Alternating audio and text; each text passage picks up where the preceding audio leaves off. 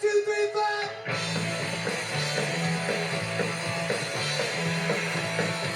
Welcome everyone. We're back in the desert for another UFO conference. I know what you're thinking. Desert, UFO conference, some seedy motel, tinfoil hats. It's not the case here. Contact in the Desert 2025. We're back.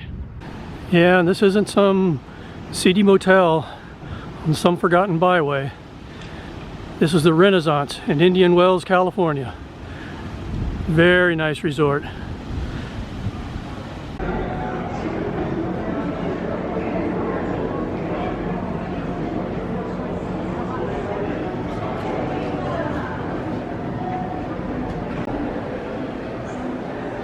So Thursday, as it was last year, it's kind of a soft opening. It's actually free on Thursday. They do have some lectures going on, but you do have to register. So even though it's free, they still want you to register and get a wristband. But anyone's free to come in on Thursday. This is the Thursday lineup.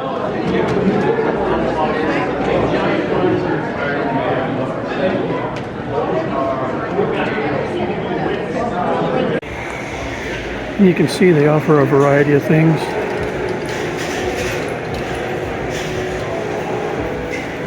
Different tours, not only of the grounds here, but some sightseeing tours. Giant Rock out near Landers. So as you can see, they're pretty strict about not filming during the classes, so we won't be doing that.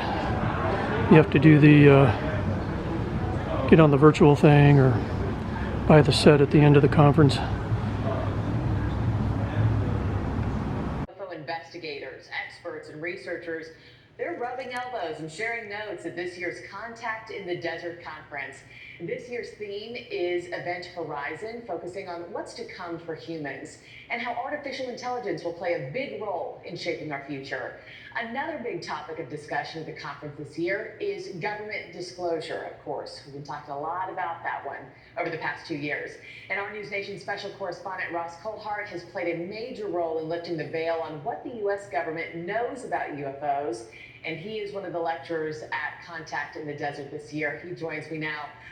Ross, if this isn't the biggest meeting of the minds that there ever was, I don't know what would be. Conference officially underway. What are your major takeaways or themes that you're noticing so far?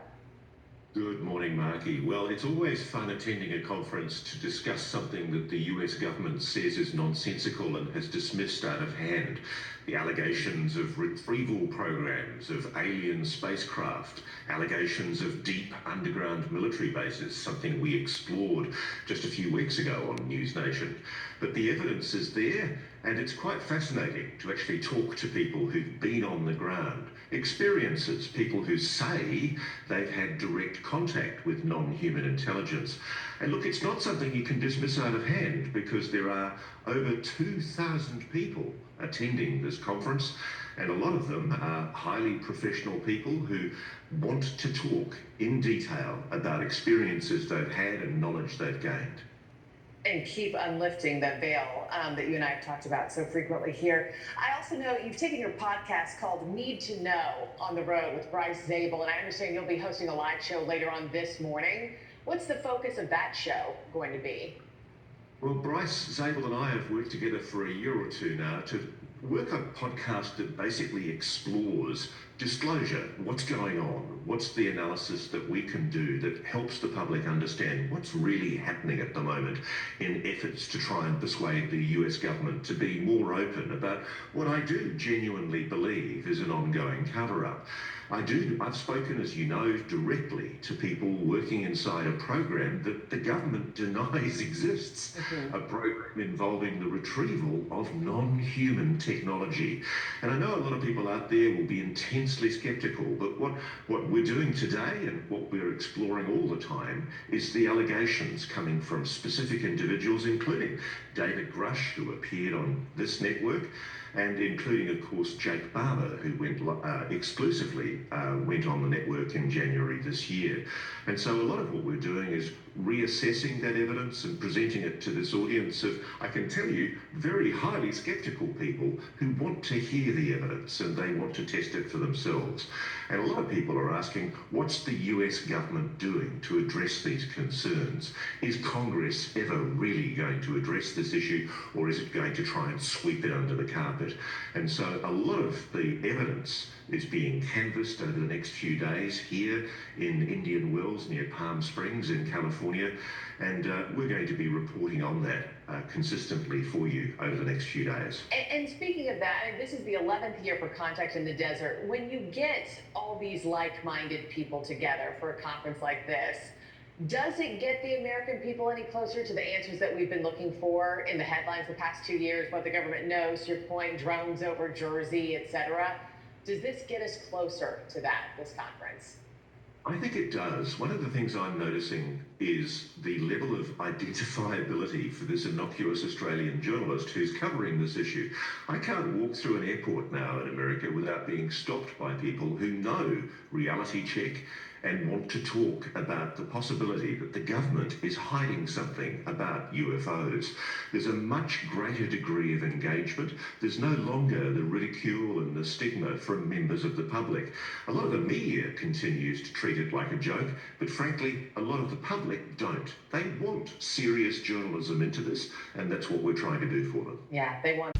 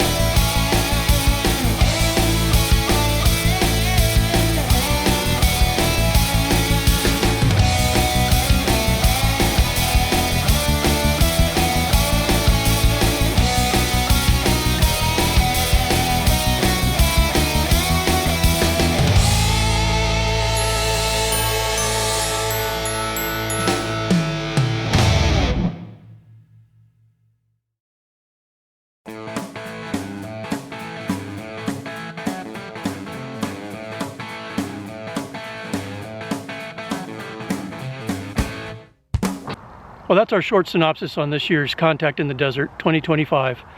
I would encourage you to come out and check it out, maybe get some questions answered, maybe see what people are talking about. If they offer the free Thursday again, register for that and come and get your questions answered and see what it's all about. They've also been offering single day tickets, so once the schedule comes out for next year, if you see one day meets your needs better than another, you can just buy the ticket for that day instead of the whole weekend. But they really do a good job here. They really put on a great quality conference. So I appreciate you taking the time to watch, and we will see you on the next Discover This.